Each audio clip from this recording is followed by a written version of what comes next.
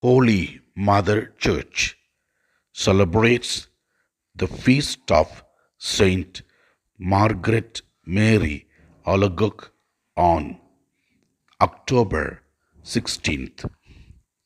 Though she suffered lot, she was praying to God. She was going through lot of difficulties. She was able to overcome them because of her prayer life. She was so much affected by the sickness, but she was miraculously healed. She was given many times visions, vision about Christ. Thus, she was able she was able to spend more time before blessed sacrament.